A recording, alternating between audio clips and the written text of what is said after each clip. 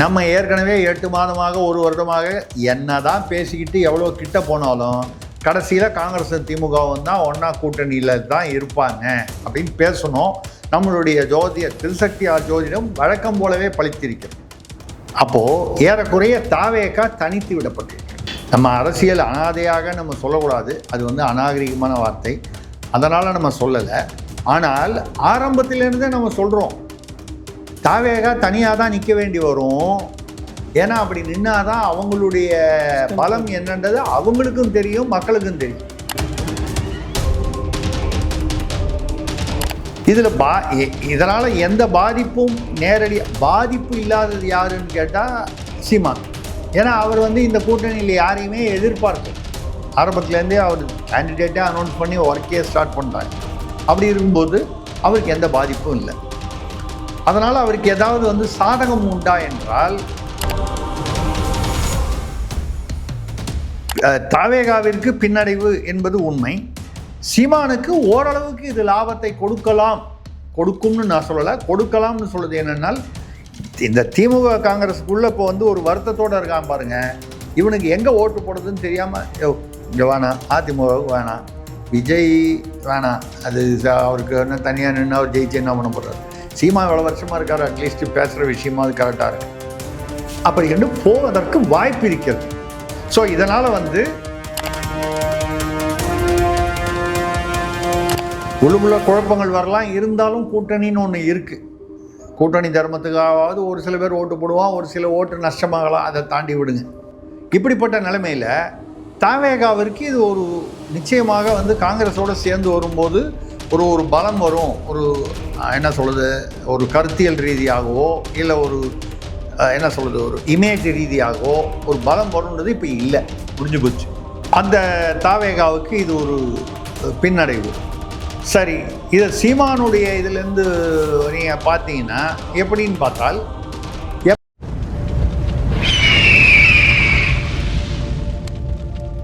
அரசியல்கள நேயர்களுக்கு வணக்கம். இன்று நம்மோடு சிறப்பு மூத்த பத்திரிகையாளர் திரிசக்தியார் அவர்கள். வணக்கம் சார். வணக்கம் சரண், சொல்லுங்கள் சார். ரொம்ப நாளாக இதுதான் என்ன பதில் சொல்ல போயிட்டு இருந்தக்கூடிய ஒரு விஷயம். காங்கிரஸ் திமுக கூட்டணி இறுதியாக முடிவாக இருக்குது. 28+1 அப்படின்ற தொகுதி பங்கீட்டில் கையெழுத்து போட்டிருக்காங்க. மறுபுறம் காங்கிரஸ் நம்ம கூட தான் வரும் அப்படின்னு சொல்லிட்டு தாவேகா ரொம்ப நாளாக சொல்லிட்டு வந்தாங்க. 3ஆம் இடம் நமக்கு தான் அப்படி உறுதியாக இருக்கும் அப்படின்ற மாதிரிலாம் பேசிட்டு வந்த சூழ்நிலை தாவேகாவை காங்கிரஸ் கைது விட்டுருக்கு. இப்போது களம் 4 முனையாக மாறி இருக்குது. இதில் இன்னொரு குறிப்பிட்ட ஒரு விஷயம் என்னென்னா, தாவேகா நாங்கள் வலுவாக இருக்கோன்ற பேசிட்டு வந்தாங்க. நாம் தமிழர்கள் தான் நாங்களாம் வலுவாக தான் இருக்கோம் அப்படின்ற ஒரு சூழலில் எந்த கட்சியுமே சீண்டாத ஒரு நிலை தாவேகாவுக்கு அமைஞ்சது இப்போ பின்னடைவாக வந்திருக்கு. எப்படி பார்க்குறீங்க இந்த சூழலில்? இதில் நாம் தமிழருக்கு எந்த அளவுக்கு சாதகமான சூழல் இருக்குன்னு நினைக்கிறீங்க? இந்த கேள்விக்கு நான் இப்போ உங்களுக்கு பதில் சொல்கிறத விட, கடந்த ஒரு 7-8 மாதங்களில் அரசியல் கருடன்லேயும் வேறு பல சேனல்கள்லேயும் நான் தொடர்ந்து என்ன பேசிக்கிட்டு வரேன்றதை யாராவது கொஞ்சம் ஆராய்ச்சி பண்ணிங்கன்னா இதுக்கான பதில். நான் தாவேகா கூட காங்கிரஸ் எவ்வளவு போய் அரசியல் பேரங்கள் பேசினாலும் கடைசி நிமிஷத்தில் காங்கிரஸோடு தான் திமுகவும் காங்கிரஸும் தான் கூட்டணியில் இணைவாங்க. ஏன்னா திமுகவுக்கு காங்கிரஸ் தேவை, காங்கிரஸுக்கு திமுக தேவை. இப்படின்னு கிட்டத்தட்ட ஒரு வருஷமாக இல்லை 7-8 மாதமாக இந்த தாவேகா ஓட பேச்சுவார்த்தை, ஷோடங்கர், பிரவீன் சக்கரவர்த்தி நம்ம கூட பேசும்போது பேசியிருக்கோம். இதெல்லாம் என்ன காங்கிரஸில் பிரபலமான தலைவர்களான இல்லை, களத்தில் இருக்கிற இவங்களுக்கு திமுகவுடைய நடவடிக்கை அந்த இது பிடிக்கல. ஆனால் இவங்க முடிவு பண்ணுற விஷயம் இல்லை அது. எப்படி திமுகவில் ஒரு தலைமை குடும்ப முடிவு என்ன செய்தோ அது பாக்கி மந்திரியெல்லாம் பிடிக்கலையோ அதை ஏற்றுக்க வேண்டியிருக்கோ, அதே சிஸ்டம் தான் அங்கே காங்கிரஸ் தலைமையில். சோனியாஜி அவர்களுடைய அன்னை சோனியாவுடைய குடும்பம் என்ன சொல்லுதோ அதுதான் காங்கிரஸில் கார்கேவாக இருந்தாலும் சரி, யாராக இருந்தாலும் சரி கேட்டாகணும். இதில் கூடுதலாக செல்வ பெருந்தகைக்கு சில அழுத்தங்கள், கட்டாயங்கள் இருக்குது திமுக கூட இருக்கணும்னு. புரியுது. இப்போ வேறு அவரோட அசிஸ்டண்ட்டு அஸ்வத்தாமன் இவங்கெல்லாம் ஆம்சாங் மிஸ்ஸஸ் கோர்ட்டில் போய் அவங்க பெயிலை கேன்சல் பண்ணி சரண்டராக சொல்லி அதுக்காக உச்சநீதிமன்றம் போன டைம். ஸோ அது மட்டும் இல்லாமல் அவருக்கு திமுகவுடன் இருக்க வேண்டிய இந்த வழக்கை தாண்டி இன்னும் வேறு சில அழுத்தங்களும் இருக்குது. அந்த வழக்கில் வந்து அவருடைய உதவியாளர் சம்மந்தப்பட்டிருக்காரு அப்படிங்கும்போது தேவையில்லாத ஒரு சிக்கல் வரும். அப்படி நம்ம பொதுவாக வச்சுப்போமே. யாருக்கு எந்த வழக்கில் வந்து சம்மந்தம் இருக்குன்றதெல்லாம் வந்து விசாரணை செய்ய வேண்டிய வேலை நமக்கு இல்லை. ரைட்டு. அப்போது என்ன பண்ணாங்க, இவ்வளோ நாள் பேசிக்கிட்டு கிட்டத்தட்ட தமிழ்நாட்டில் இருக்கக்கூடிய செல்வ பெருந்தகை, திருநாவுக்கரசர், ப. சிதம்பரம் இந்த மாதிரி உள்ளவங்களை தவிர பாக்கி எல்லாரும் தாவேக்காவுக்கு போகணும்னு நினைக்கிறாங்க. மற்ற தலைவர்கள் அந்த ராஜேஷ்குமார், கே.எஸ். அழகிரி, மற்றும் இன்னும் கார்த்தி சிதம்பரமே கூட வந்து திமுக வேண்டான்னு நினைக்கிறார். அப்படி ஒரு சூழ்நிலை. ஆனால் கடைசியில் எது ஜெயிக்கும் அப்படின்னு நான் வந்து 8 மாதமாக சொல்லிகிட்டு இருக்கணும். திமுகவோடு தான் காங்கிரஸ் போக வேண்டிய ஒரு சூழ்நிலை வரும். அப்படி தான் போவாங்க. தாவேகா தனியாக தான் நிற்க வேண்டி வரும் அப்படின்னு சொல்லியிருக்கேன். இதுக்கு முன்னால் அரசியல் கட்டணியில் எடுத்து பாருங்கள், மற்ற நிகழ்வுகள் அதுதான் பழிச்சிருக்கு. நான் பெரிய ஜோதிடம்னு வந்து அந்த அர்த்தத்தில் சொல்லலை. ஏன்னா லாஜிக் இருக்குது. ஜோதிடம்ங்கிறதே லாஜிக்கை வச்சு தான். அது கணிப்புனாலும் சரி, அதுக்கு பேர் ஜோதிடம் நீங்கள் எப்படி சொன்னாலும். ஏன்னால் தாவேகாவோட இப்போ போய் சேர்ந்தால் ராஜ்யசபா சீட்டு வருமா? ஏற்கனவே ராஜ்யசபாவில் காங்கிரஸ் வந்து ஒன்றும் பெரிய அளவுக்கு இல்லை, பலவீனமாக தான் இருக்குது. முன்னால் வந்து அவங்களுக்கு பாஜகவுக்கு வந்து ராஜ்யசபாவில் மெஜாரிட்டி இல்லாமல் இருந்தது. இப்போ 130 என்னமோ தாண்டிடுச்சு. ஏதாவது ஒன்று லோக்சபாவில் பாஸ் பண்ணிவிட்டு ராஜ்யசபாவில் முன்னால் வந்து பாஸ் ஆகுதான்னு 4 வேறு கட்சியை நம்பியிருக்கணும்.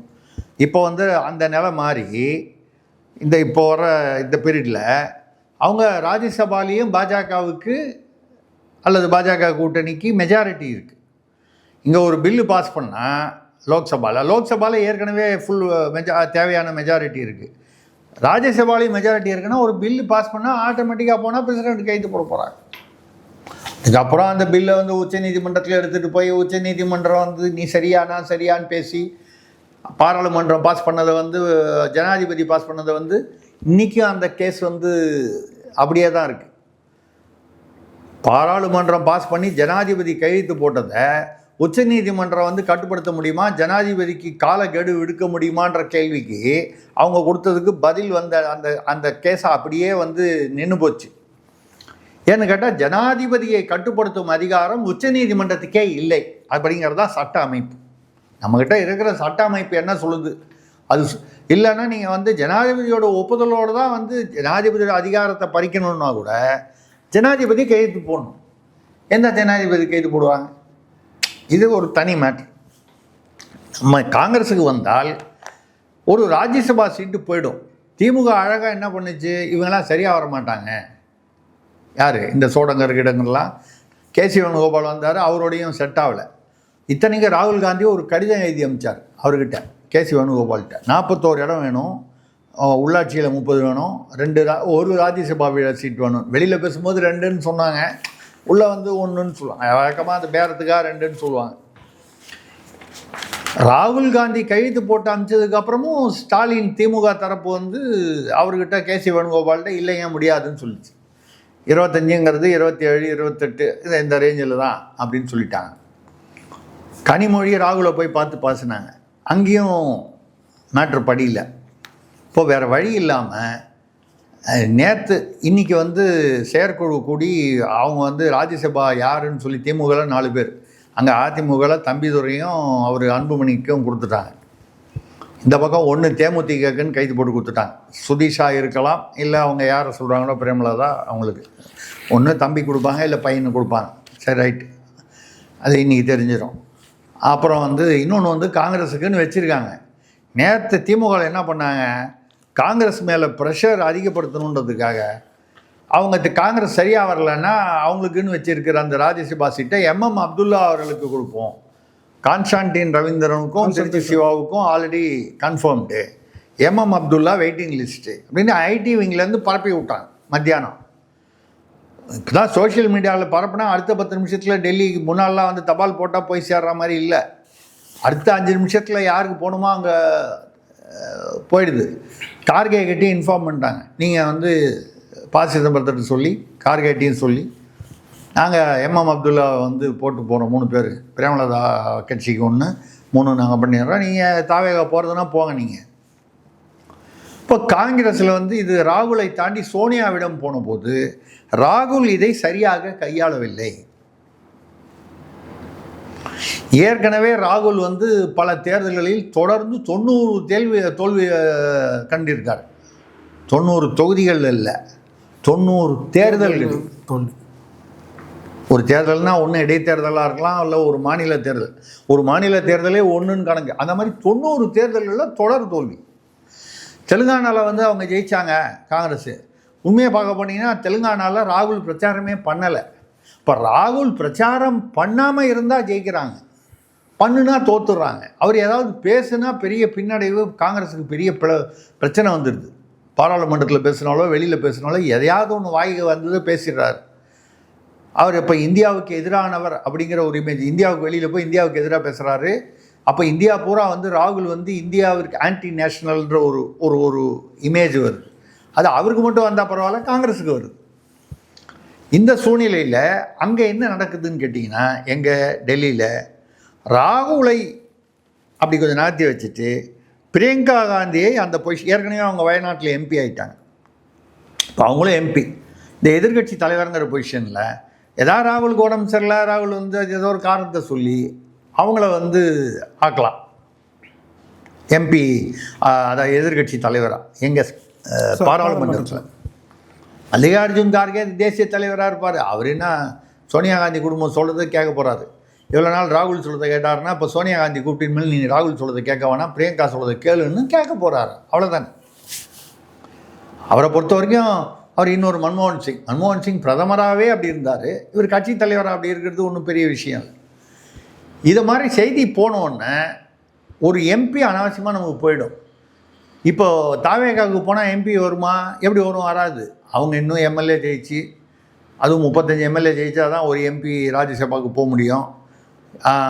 அவங்க முதல்ல வந்து எம்பி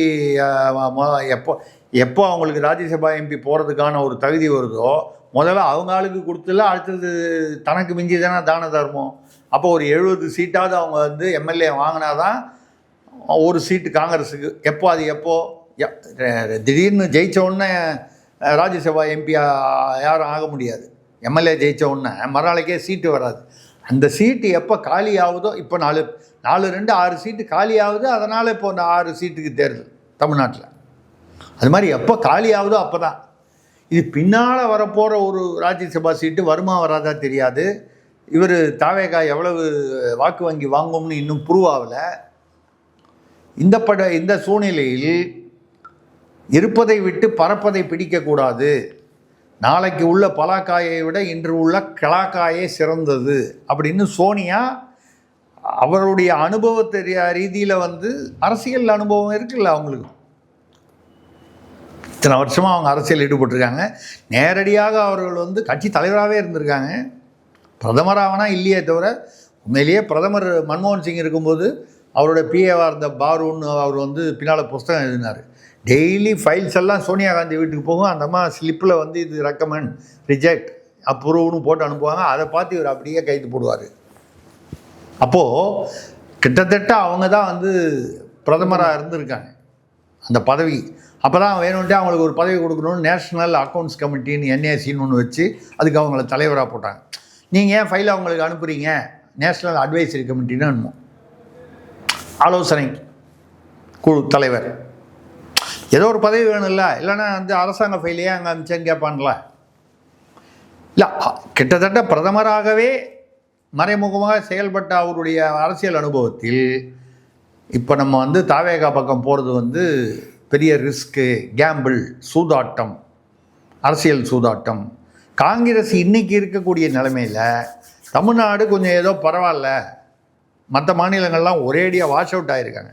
பல மாநிலங்களில் பீகார்லலாம் பாருங்கள் 3வது 4வது நிலைமையிலலாம் வந்திருக்காங்க பல மாநிலங்களில். அதனால் வந்து சோனியா காந்தி, இந்த கேசி வேணுகோபால், சோடங்கர், இந்த பிரவீன் சக்கரவர்த்தி, இவங்க எல்லாத்தையும் டோட்டல் தூக்கி அதெல்லாம் ஓரங்கட்டு. யார் போய் திமுகவில் பேசுனா வந்து மரியாதையாக இருக்கும். செல்வ பெருந்தகை போய் பேசுகிறாரு. செல்வ பெருந்தகை பேசுனா கேட்டுப்பாங்களே தவிர செல்வ பெருந்தகை போய் ப்ரெஷர் பண்ணுற அளவுக்கு அவருக்கு சீனியாரிட்டி இல்லை. வேறு காரணங்களும் இருக்குது, பண்ண முடியாத அவருக்கு. சிதம்பரம் அப்படி இல்லை, ஒரு மூத்த தலைவர், ஓரளவுக்கு ஒரு காலத்தில் வந்து ஒரு பிரதமராகவே வரக்கூடிய அந்த மாதிரி ஒரு பொசிஷனில் இருந்தவர். நிதியமைச்சராக இருந்திருக்காரு, பாதுகாப்பு அமைச்சராக இருந்தார். சோனியாவுடன் நெருக்கமாக அந்த அந்த அந்த ஏஜ் குரூப்பில் பழகக்கூடியவர். சிதம்பரத்தை அனுப்பிச்சாங்க. அப்போவும் வந்து ஸ்டாலின் அவர்கள் வந்து என்ன சொன்னார், 28 தான் ஆக முடியும் போது இவங்க வந்து இல்லை 32வது வரணும்னு சொல்லி எல்லாம் பேசின போது டக்குன்னு டிஎம்கேல என்ன பண்ணாங்க, இந்த விஷயத்தில் திமுகவுடைய அனுபவம் வந்து பேசுகிறது. ரைட்டு தப்பு அவங்க செய்ததெல்லாம் தவறு, அந்த விமர்சனங்கள்லாம் தாண்டி அனுபவம்னு ஒன்று இருக்குல்ல. நேற்று மத்தியானம் நைஸாக வந்து 2 கேண்டிடேட்டு திமுகலேருந்து அனௌன்ஸ் பண்ணிட்டு 3வது வந்து பிரேமலதாவுடைய கட்சிக்கு, 4வது வந்து வேக்கண்ட்டாக வச்சுருக்கோம் காங்கிரஸ், சரியாக வந்ததுன்னா காங்கிரஸ் இன்னைக்கு சாயந்தரத்துக்குள்ளே, அப்படி இல்லைன்னா எம்எம் அப்துல்லா அப்படின்னு ஒன்று லீக் பண்ணி ஒன்று அனுப்பிச்சி விட்டாங்க. ஒன்ஸ் அனௌன்ஸ் பண்ணி அவரை இன்றைக்கி செயற்குள்ளே கைது போட்டு நாளைக்கு அவர் எம்பி ஆகிட்டார்னு வைங்க, கூட்டணி என்ன வருது, ஒரு ப்ரெஸ்டீஜ் போயிடும். எம்பி பதவி இல்லைனாலும் வந்து சட்டசபை கூட்டணி வைக்கலாம், ஆனால் நஷ்டம் யாருக்கு? காங்கிரஸுக்கு. இதை முடிவு பண்ணி இந்த இந்த ராகுல் காந்தியை இனிமேல் தலையிட வேணான்னு சொல்லிட்டு சோனியா காந்தி டைரெக்டாக சிதம்பரத்தை வச்சு பேசி முடிவு கொண்டு வந்து நேற்று கையெழுத்து போட்டு இன்றைக்கி கிறிஸ்டோஃபர் திலக்குன்னு அவர் யாருந்தே தெரில, வேறே கேள்விப்படல, அவர் தமிழ்நாடா இல்லை எந்த மாநிலமாக தெரியல, இனிமேல் தான் பார்க்கணும். அவரை வந்து ராஜ்யசபா அதே இப்போ யாரோ ஒருத்தர் அது வந்து மொத்தம் காங்கிரஸுக்கு வேண்டியவர். ஏன்னா இந்த மாநிலத்தை சேர்ந்தவராக இருக்கணும்னு அவசியம் இல்லை. மன்மோகன் சிங் வந்து அஸ்ஸாம் மாநிலத்திலிருந்து ராஜ்யசபா மெம்பராக வந்தவர். நிர்மலா சீதாராமன் அவர்கள் வந்து பிறந்தது மதுரை, வளர்ந்தது திருச்சி, படித்தது டெல்லி, புருஷன் வீடு வந்து ஹைதராபாத்து. ஆனால் அவங்க வந்து கர்நாடகாவிலேருந்து ராஜ்யசபா மெம்பர். நான் இது எதுக்காக 2 உதாரணங்கள் 2 பக்கமும் சொல்கிறேன்னா, இது பொதுவான விஷயம். ராஜ்யசபா மெம்பர் ஆகிறதுக்கு அந்த மாநிலத்தை சேர்ந்தவராக இருக்கணுன்ற கட்டாயம் கிடையாது, இப்போ வந்துருச்சு. இப்போ கடைசியாக வந்து இந்த பூனை வந்து cat is out of the பேக்னு சொல்லுவாங்க, பூனை வெளியே வந்துடுச்சுன்னு. அது மாதிரி நம்ம ஏற்கனவே 8 மாதமாக 1 வருடமாக என்ன தான் பேசிக்கிட்டு எவ்வளோ கிட்ட போனாலும் கடைசியில் காங்கிரஸும் திமுகவும் தான் ஒன்றா கூட்டணியில் தான் இருப்பாங்க அப்படின்னு பேசணும். நம்மளுடைய திருசக்தி ஜோதிடம் வழக்கம் போலவே பழிச்சிருச்சா? ரைட். இப்போ அடுத்தது என்ன, இதோடைய விளைவுகள் என்ன? முடிஞ்சிருச்சு. 2 பிரச்சனை இருக்குது. ஒன்று, திமுகவுக்கு என்ன பிரச்சனை, இந்த களத்தில் இருக்க, அது நம்ம ஏற்கனவே பேசியிருக்கோம். களத்தில் இருக்கிறவன் சிதம்பரம் சொல்லுறதெல்லாம் கேட்க மாட்டான். சோனியா காந்திக்கு அவனுக்கும் டச்சே இருக்காது. களத்தில் இருக்கிறவன் திமுகவுக்கு எவ்வளோ தூரம் ஒத்துழைப்பான், திமுககாரங்க காங்கிரஸ் நிற்கும் இடத்தில் எவ்வளோ தூரம் ஒத்துழைப்பாங்க. இப்போ மாணிக் தாக்கூர் மற்ற இவங்கெல்லாம் இருக்காங்க, ஜோதிமணி, இவங்கெல்லாம் வந்து திமுக கூட சேரக்கூடாதுன்ற ஒரு அதிகாரத்தில் பங்கு இல்லைன்னா முடியாது, 41 சீட் இல்லைன்னா முடியாதுன்னு, அதாவது ராகுலுடைய வட்டாரம் நட்பு வட்டம், இவங்களுடைய நிலை இப்போ என்ன, ஒன்று அடங்கி போகணும், இல்லை கட்சி பிளவுபடணும். கட்சி பிளவுபட்டால் இன்னும் பலவீனம் தான், திமுகவுக்கும் பலவீனம். காங்கிரஸுக்கு ஏதோ ஒரு வாக்கு வங்கி இருக்குன்னா அந்த வாக்கு வங்கி இன்னும் பிளவுபட்டுரும். சரி, பிளவுபடாமல் இருந்தால் நம்ம சொல்கிறத கேட்காம திமுகவோட போய் சேர்ந்தாங்கல்ல, நம்ம கொஞ்சம் அடக்கி வாசிச்சிருவோம் அப்படின்னு காங்கிரஸ்காரன் நினச்சான்னா திமுகவுக்கு நஷ்டம். சரி, காங்கிரஸ்காரன் வந்து தனியாக நின்று ஜெயிக்கிற அளவுக்கு, அதாவது அவனுடைய முயற்சியில் மட்டும் ஜெயிக்கக்கூடிய இடத்துல இருக்காங்களான்னு பார்த்தா தமிழ்நாட்டில் எந்த தொகுதியிலையும் இல்லை. திமுக முதுகில் ஏறி தான் அவங்க வந்து பயணம் பண்ணி ஆகணும். இந்த பூத் கமிட்டி, இந்த போஸ்டர் ஓட்டுறதுல இந்த திமுகவுடைய தயவு வந்து காங்கிரஸுக்கு தேவை. அப்போ திமுககாரன் வந்து இவ்வளோ பேசுனீங்கல்ல, நீங்களே செஞ்சுங்க உங்கள் வேலையை அப்படின்னு விட்டாங்கன்னா அப்போ காங்கிரஸுக்கு நஷ்டம். இப்போ இது முன்னாலேயே நம்ம பேசியிருக்கோம். இப்போ திமுகவும் காங்கிரஸும் கூட்டணி வந்தாலும் நஷ்டம், வராமல் போனாலும் ஒரு திமுகவுக்கும் நஷ்டம், காங்கிரஸுக்கு நஷ்டம்னு நம்ம என்ன பேசணுமோ 100% பழிச்சிருக்கு. சரி, தாவேகாவுடைய கண்ணோட்டத்தில் என்னன்னு பார்ப்போம். இப்போ தனிச்சு விட போட்டாங்க, அந்த அணி வருது. இப்போ நேற்று கூட புஷி ஆனந்தான் நம்ம பேசினார், யாரோ ஒரு தலைவர் தாவேகாவில் ஒரு தேசிய அணியை, ஒரு தேசிய கட்சியும், செங்கோட்டையன் தான், ஒரு தேசிய கட்சியும் ஒரு மாநில கட்சியும் எங்களுடன் சேருவதாக இருக்குது. இதுக்கப்புறம் தேசிய கட்சி என்ன இருக்குது? மாநில கட்சி என்ன இருக்குது? இல்லை, மாநில கட்சியே இல்லை, தேசிய கட்சின்றது பொதுவாக சொல்ல போனால் பாஜக காங்கிரஸ் தான். அதை தவிர நீங்கள் கம்யூனிஸ்ட் தேசிய கட்சின்னு சும்மா இப்போவும் சொல்லிக்கிட்டு இருக்கலாமே தவிர அது வந்து ஒன்றும் பெரிய தேசிய கட்சி இல்லை. இதுதான் வந்து ரைட்டு. சும்மா அவங்க எல்லாருமே வந்து இன்னும் 2 கட்சி வரும், இன்னும் ஒரு கட்சி வரும்னு.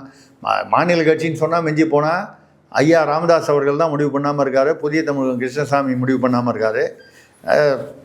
பட் அப்படியே அவங்களே வந்து இவங்க 2 பேருமே வந்தால் கூட அவங்க அதிமுக பக்கம் போனாலும் சரி, திமுக பக்கம் போனாலும் சரி, தாவேக பக்கம் போனாலும் சரி, ஐயா ராமதாஸ் அவர்களுடைய அணிக்கு என்ன பெரிய வாக்கு சதவீதம் இருக்குதுன்னு பார்த்தீங்கன்னா ஏதோ இருக்கே தவிர ஒரு 5% மேலே இருக்க வாய்ப்பு இல்லை.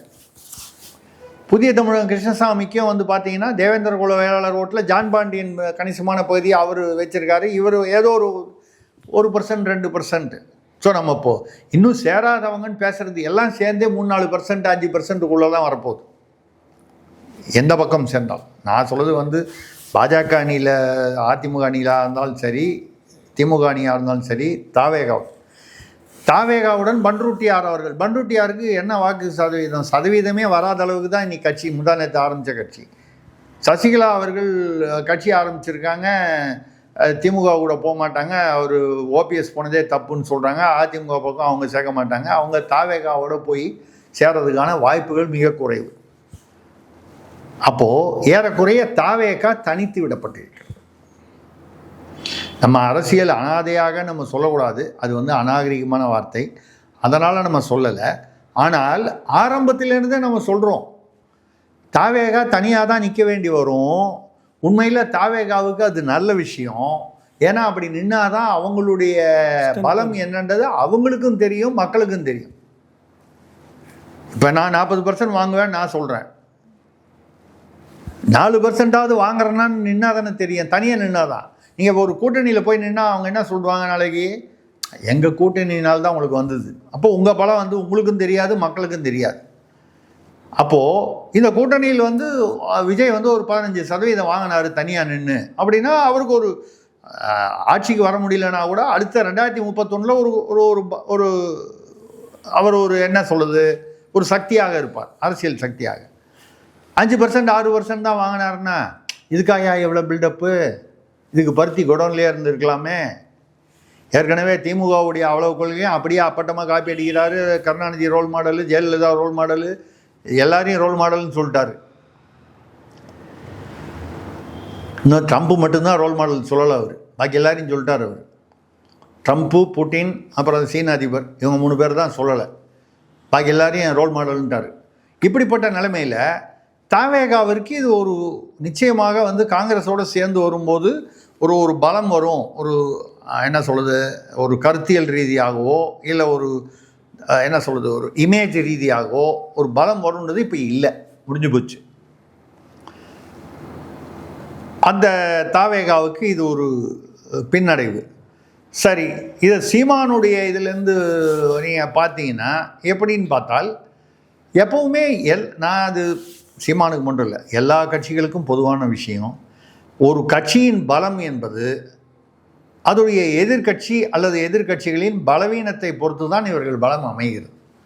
இன்றைக்கி திமுக வந்து பலமாக இருக்குது கூட்டணி அப்படின்னு யாராவது வந்து எந்த சமயத்தில் பேசினாலும் எதை ஒப்பிட்டு தான் பேச முடியும். அந்த பக்கம் எப்படி இருக்குது, இந்த பக்கம் எப்படி இருக்குது, இப்படி தான் வந்து பேச முடியும். இப்போது வந்து அங்கே பிஜேபி அங்கே ஏற்கனவே செட்டில் ஆயிடுச்சு, எங்கள் இதில் அதிமுக ரைட்டு. அண்ணாமலை கொஞ்சம் முன்ன பண்ண இருந்தார். இப்போ வந்து பிரதமர் வந்து பார்த்தீங்கன்னா அண்ணாமலை பேரை குறிப்பிட்டு மதுரையில் பேசிட்டாரு. ஸோ அண்ணாமலைக்கு தேர்தலுக்கு முன்னால் ஒரு முக்கியமான ஒரு பதவி கொடுக்கப்படுவதாக, அதாவது இந்த தமிழ்நாடு, புதுச்சேரி, இது கேரளா 3த்துக்குமா சேர்ந்து ஒரு தலைமை ஒருங்கிணைப்பாளர்னு ஒரு பதவி கொடுக்கப்படுவதாக ஒரு தகவல் உலவுகிறது. வந்தால் தான் தெரியும். அப்படி வந்துருச்சுன்னா இன்னும் கொஞ்சம் அவங்க அந்த கன்சாலிடேட் ஆகும். இந்த பக்கம் திமுக வந்து ரைட்டோ தப்போ காங்கிரஸை வெளியே விடாமல் அமைக்கி பிடிச்சிக்கிட்டாங்க. உள்ளுக்குள்ள குழப்பங்கள் வரலாம், இருந்தாலும் கூட்டணின்னு ஒன்று இருக்குது. கூட்டணி தர்மத்துக்காவது ஒரு சில பேர் ஓட்டு போடுவான், ஒரு சில ஓட்டு நஷ்டமாகலாம், அதை தாண்டி விடுங்க. இதில் இதனால் எந்த பாதிப்பும் நேரடியாக பாதிப்பு இல்லாதது யாருன்னு கேட்டால் சீமான். ஏன்னா அவர் வந்து இந்த கூட்டணியில் யாரையுமே எதிர்பார்க்கல. ஆரம்பத்துலேருந்தே அவர் கேண்டிடேட்டே அனௌன்ஸ் பண்ணி ஒர்க்கே ஸ்டார்ட் பண்ணுறாங்க. அப்படி இருக்கும்போது அவருக்கு எந்த பாதிப்பும் இல்லை. அதனால் அவருக்கு ஏதாவது வந்து சாதகம் உண்டா என்றால், இப்போ தாவேகா காங்கிரஸ் ஒன்றாக இணைந்தால் ஒரு பக்கம் அந்த பக்கம் ஓட்டு போடலான்னு போனவன் இந்த காங்கிரஸ் திமுகவோடு இருக்கும்போது திமுக வந்து பிடிக்கலன்னு இவ்வளோ நாளாக பேசி, தமிழ்நாட்டில் திமுக பிடிக்கலன்னு பேசின காங்கிரஸ்காரன் தான் அதிகம். சமீபத்தில் பார்த்தீங்கன்னா இவனுக்கெல்லாம் என்ன கடைசியில் போய் கடைசி திமுக காரனுக்கு ஓட்டு போட வேண்டி வரும்னு திமுக இருக்கக்கூடிய இடங்களில் ஒன்று அவன் அதிமுக பாஜகவுக்கு போடணும், இல்லை அதிமுகவும் எனக்கு பிடிக்கல, இருக்கிறவன் அந்த மாதிரி இருக்கான், இந்த 2 கட்சியுமே வேணான்னு. அப்போ இருக்கிறவன் சீமானுக்கு ஓட்டு போடுவதற்கான, அதாவது காங்கிரஸ் இதுவரை காங்கிரஸுக்கு ஓட்டு போட்டு வந்தவன், காங்கிரஸினால் திமுகவிற்கு ஓட்டு போட்டு வந்தவன், இப்போ அந்த வருத்தத்தில் வேறு யாருக்காவது ஓட்டு போடணும். ஒன்று அதிமுகவை போடணும், பிடிக்கலன்னா யாருக்கு போடணும்? சீமான் அல்லது விஜய்க்கு. விஜயை பற்றி பார்க்கும்போது அவன் என்ன பார்க்குறான்? நீங்கள் விஜய் பாருங்கள், அவருக்கு வர கூட்டம்லாம் பாருங்கள். இப்போ கூட அந்த கூட்டத்தில் பார்த்தீங்கன்னா பின்னாலேயே வராதிங்கன்னு சொன்னார் அவர். விஜய் கரெக்டாக தான் சொல்லியிருக்கார், எல்லாரும் துரத்திக்கிட்டு என் வண்டிக்கு பின்னால் வராதிங்கன்னு தான் சொல்கிறார் அவர். சார் அப்படிலாம் இல்லை சார், நான் பாதுகாப்பாக போனோன்றார் சார். இல்லை, அது இவர் கூப்பா கிருஷ்ணன் கூட பேசியிருக்காரு, விஜய்க்கு வந்து பாதுகாப்பு வந்து தமிழக அரசு தருவது இல்லைன்னு. விஜய்க்கு பாதுகாப்பு தமிழக அரசு தரல. அவர் தான் 20 பவுன்சர் வச்சுருக்காரு பாதுகாப்பா. அவருக்கு எதுக்கு பாதுகாப்பு? தமிழ்நாடு அரசு எதுக்கு தரணும்? 2வது, விஜய்க்கு பிரச்சனை வந்து வெளியிலிருந்தே இல்லை, வெளியேந்து யாரும் தரது இல்லையா? அப்போ பிரச்சனை வெளியிலேருந்தே வரது இல்லை, அவருடைய தொண்டர்கள்கிட்டேருந்து தான் வருது. நெரிசலாக வந்து அவரை வேடிக்கை பார்க்கணுன்னு தான் வந்து நாங்கள் விஜய்க்கு பொண்டாட்டி ஆகனாலும் இருக்கோம்னு சொல்லி பேசுகிறாங்க. எங்கள் வீட்டில் வந்து பாக்கி 9 பேரும் விஜய்க்கு ஓட்டு போடலன்னா அவங்கள விஷம் வச்சுக்கணும். இப்படிப்பட்ட தொண்டர்களை வைத்திருக்கிறார்கள். நீங்கள் பின்னால் துரத்திக்கிட்டு வர வேணான்னா கூட துரத்திக்கிட்டு போய், நேற்று பாருங்கள், ஒருத்தன் தலையில் அடிபட்டு ஆஸ்பத்திரியில் ஐசியூவில் இருக்கான், ஒருத்தன் கால் முறிச்சிக்கிட்டு ஃப்ராக்சர் ஆகி படுத்துக்கிட்டு இருக்கான். இப்போ ஒரு நிகழ்ச்சி ஒரு மீட்டிங் போனாலும் ஏதோ ஒரு அசம்பாவிதம் விபத்து நிகழ்கிறது. அந்த விபத்து வந்து எதிர்பாராத விபத்து இல்லை. இப்போ எதிர்பாராத விபத்துனா நீங்கள் வந்து பார்த்தீங்கன்னா ஏதோ ஒரு இந்த பக்கம் வருது, ரைட்டில் வந்துட்டான், அந்த மாதிரி வருது. இது வந்து இந்த விபத்தெல்லாம் வந்து பார்த்தீங்கன்னா இந்த ஆர்வ கோளாறுல அவரை பின்னால் துரத்திக்கிட்டு போய் விஜய் முகத்தை பார்க்கணுன்னு சொல்கிறோம் தான். அதனால தானேங்க 50,000 அப்ளிகேஷன் வித்துச்சு வேட்புமனு 100 ரூபாய்க்கு. விஜய் வந்து நேர்காணலுக்கு வருவார்னு நம்பி அவன் 10,000 ரூபா பணம் கட்டலான்னு வாங்கிட்டு போகிறான். விஜய் வரமாட்டார். புஷி ஆனந்த் தலைமையில் தான் வந்து நடக்க போகுதுன்னா புஷி ஆனந்தை பார்க்கறதுக்கு 10,000 ரூபாய் எதுக்கு வேஸ்ட் பண்ணோம்? கூட்டத்துக்கு போனால் ஸ்கூட்டியில் போயிட்டு வர போகிறாரு. ஆமாம், அது எதுக்குன்னு சொல்லி 4700 மனு, 50,000த்தில் 30,000 வந்துச்சுன்னா பரவாயில்ல, 4700 மனு தான் 10,000 கட்டி வருது. ஏன்னா நேர்காணலில் வந்து யார்? விஜய் வரவே இல்லை. விஜய் வரப்போகிறது இல்லைன்னு தெரிஞ்ச உடனே அவன் ஆஃப் ஆகிட்டான். 100 ரூபாய் வேஸ்ட் பண்ணதே அதிகம், இதில் 10,000 ரூபாய் வேறு வேஸ்ட் பண்ணுவானே, ஏன்னா 10,000 ரூபாய் திரும்பி வராது. சரி, இப்படிப்பட்ட தொண்டர்கள் அதுலேயும் பார்த்தீங்கன்னா நீங்கள் பாருங்கள், எல்லாமே 15, 16, 17 வயசு இந்த மாதிரி இந்த college student, first year student, school student விஜயோடைய கூட்டத்தில் இவனுக்கெல்லாம் ஓட்டே கிடையாது. நீங்கள் இந்த கூட்டத்தை வைத்து, நான் விஜய்க்கு ஓட்டே விழாதுன்னு சொல்லலை, இந்த கூட்டத்தை வைத்து நீங்கள் ஓட்டை வந்து வாக்கு வங்கியை வந்து இப்படி வரும்னு கணக்கு போடுறது தவறான ஒரு கணிப்பு என்பது என்னுடைய கருத்து. என் கருத்து தவறாகலாம். எப்பேற்பட்ட ஒரு அரசியல் ஜோதிடனோ இல்லை வந்து கிரகநிலை ஜோதிடனோ, எந்த ஜோதிடனுமே வந்து அவருடைய ஜோதிடம் தவறாக போகலாம். அதற்கு காரணம் சூழ்நிலை. ஒன்று கிரகநிலையாக இருக்கும் ஜோதிடனாக இருந்தால், அரசியல் கணிப்பாளராக இருந்தால் சூழ்நிலைகள் மாறும். முந்தா நேற்று இருந்த நிலை காங்கிரஸோடைய நிலை நேற்று மாறிடுச்சு இல்லை, ரைட்டுக்குள்ளே 24 மணி நேரத்தில். ஆனால் இந்த 24 மணி நேரத்தில் இது இப்படி மாறுதுன்றதை ஒரு வருஷமாக சொல்லியிருக்கோம்ல, அதுதான் லாஜிக். அந்த வகையில் இதனால் தாவேகாவிற்கு பின்னடைவு என்பது உண்மை. சீமானுக்கு ஓரளவுக்கு இது லாபத்தை கொடுக்கும்னு நான் சொல்லலை, கொடுக்கலாம்னு சொல்லுது. என்னென்னால் இந்த திமுக காங்கிரஸுக்குள்ளே இப்போ வந்து ஒரு வருத்தத்தோடு இருக்கான் பாருங்கள். இவனுக்கு எங்கே ஓட்டு போடுறதுன்னு தெரியாமல், இங்கே வேணாம், அதிமுகவுக்கு வேணாம், விஜய் வேணாம், அது அவருக்கு என்ன தனியாக நின்று அவர் ஜெயிச்சு என்ன பண்ண போகிறார்? சீமா இவ்வளோ வருஷமாக இருக்கார், அட்லீஸ்ட் பேசுகிற விஷயமா அது கரெக்டாக இருக்குது. அப்படி என்று போவதற்கு வாய்ப்பு இருக்கிறது. ஸோ இதனால் வந்து பாதகம் நிச்சயமாக இந்த காங்கிரஸ் முடிவுனால சீமானுக்கு எந்தவித பாதகமும் இல்லை, சாதகம் ஏற்பட வாய்ப்பு இருக்கிறது. அவ்வளோதான் நம்ம சொல்ல முடியும். பல்லர் கேள்விக்கு தெளிவாக வந்துச்சு சார். நன்றி, வணக்கம்.